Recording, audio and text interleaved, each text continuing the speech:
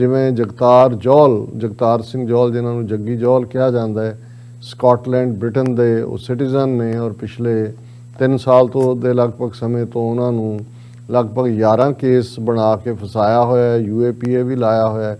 ਇਹ ਵੀ ਉਹਨਾਂ ਨਾਲ ਰਿਲੇਟਡ ਸੀ ਕਿ ਜੀ ਉਹਨਾਂ ਦੀ ਜ਼ਮਾਨਤ ਹੋ ਗਈ, ਇਵੇਂ ਲੱਗਾ ਜਿਵੇਂ ਉਹ ਬਾਹਰ ਆ ਗਏ ਹੋਣ, ਪਰ ਜਿਉਂ ਹੀ ਇਸ ਦੀ ਡੀਟੇਲ ਸਾਹਮਣੇ ਆਈ ਹੈ ਹੁਣ 11 ਕੇਸ ਬਣਾਏ ਹੋਏ ਨੇ। 9 ਕੇਸ ਇੱਦਾਂ ਦੇ ਨੇ ਜਿਹਦੇ 'ਚ ਇਹ ਸਾਰੇ 3 ਸਾਲ ਤੋਂ ਜ਼ਿਆਦਾ ਵਕਤ ਚਾਰਜ ਸ਼ੀਟ ਪੁਲਿਸ ਨੇ ਫਾਈਲ ਨਹੀਂ ਕੀਤੀ, ਲੇਕਿਨ ਉਹਨਾਂ ਨੂੰ ਰੱਖਿਆ ਹੋਇਆ ਅੰਦਰ।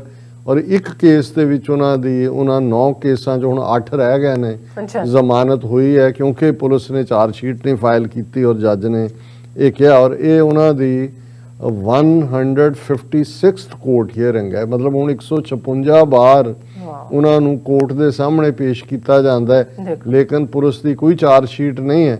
ਔਰ ਇਹਦੇ ਬਾਵਜੂਦ ਕਿ ਉਹ ਬ੍ਰਿਟਿਸ਼ ਸਿਟੀਜ਼ਨ ਨੇ, 200 ਦੇ ਕਰੀਬ ਮੈਂਬਰ ਪਾਰਲੀਮੈਂਟ ਬ੍ਰਿਟਨ ਦੇ, ਉਹਨਾਂ ਨੇ ਇਸ ਦੇ ਉੱਤੇ ਲਿਖਿਆ ਹੋਇਆ ਹੈ। ਬੋਰਿਸ ਜੌਨਸਨ ਨੇ ਹੁਣ ਜਾਣਾ ਇੰਡੀਆ, ਹਾਲਾਂਕਿ ਉਹਨੇ ਆਪਣਾ ਜਿਹੜਾ ਦਿਨ ਨੇ ਉਹ ਘਟਾ ਦਿੱਤੇ ਨੇ, ਜਿੰਨੇ ਦਿਨ ਪਹਿਲਾਂ ਉਹਨੇ ਜਾਣਾ ਸੀ, ਪਰ ਇਹਦੇ ਬਾਵਜੂਦ ਕਿਵੇਂ ਝੂਠੇ ਕੇਸਾਂ 'ਚ 9 ਕੇਸ ਨੇ ਜਿਨ੍ਹਾਂ 'ਚ ਚਾਰਜ ਸ਼ੀਟ ਫਾਈਲ ਨਹੀਂ ਕੀਤੀ। ਇਹ ਗੱਲ ਆਪਣੇ ਆਪ 'ਚ ਸਬੂਤ ਹੈ ਕਿ ਕਿਵੇਂ ਇਹ ਬਾਹਰਲੀਆਂ ਤਾਕਤਾਂ ਇਹਨਾਂ ਨੇ ਸਭ ਅੱਖਾਂ ਬੰਦ ਕੀਤੀਆਂ ਹੋਈਆਂ ਨੇ ਕਿ ਭਾਈ ਕਿਸੇ ਮੁਲਕ ਦਾ ਸਿਟੀਜ਼ਨ ਉੱਥੇ ਜਿਹੜਾ ਵਿਆਹ ਕਰਵਾਉਣ ਗਿਆ ਔਰ ਸ਼ਾਪਿੰਗ ਕਰ ਰਿਹਾ ਆਪਣੀ ਵਾਈਫ ਦੇ ਨਾਲ, ਉਹਨੂੰ ਚੁੱਕ ਲਿਆ ਜਾਂਦਾ ਹੈ।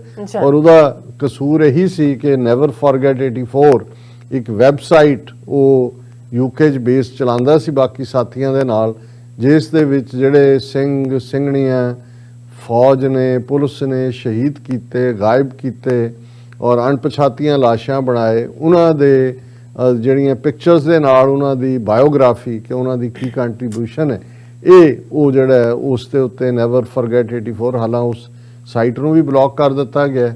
ਲੇਕਿਨ ਜੱਗੀ ਜੌਲ ਅੱਜ ਉਸ ਹਾਲਤ 'ਚ ਹੈ ਕਿ ਜਿਹਦੇ ਬਾਰੇ ਅਸੀਂ ਇਹ ਕਹਿ ਸਕਦੇ ਹਾਂ ਕਿ ਭਾਈ ਕੋਈ ਨਹੀਂ ਬੋੜ ਰਿਹਾ ਔਰ ਇਹ ਗੁਲਾਮ ਕੌਮਾਂ ਦੀ ਤਰਾਸਦੀ ਵੀ ਹੁੰਦੀ ਹੈ। ਔਰ ਸ਼ਾਇਦ ਇਹੀ ਗੱਲ ਅਲਟੀਮੇਟਲੀ ਜੇ ਉਹਨਾਂ ਕੌਮਾਂ ਦੇ ਵਿੱਚ ਅਣਖ ਔਰ ਗੈਰਤ ਹੋਏ ਤੇ ਇਹ ਗੱਲ ਉਹਨਾਂ ਨੂੰ ਆਪਣੀ ਆਜ਼ਾਦੀ ਵੱਲ ਵੀ ਤੋਰਦੀ ਹੈ।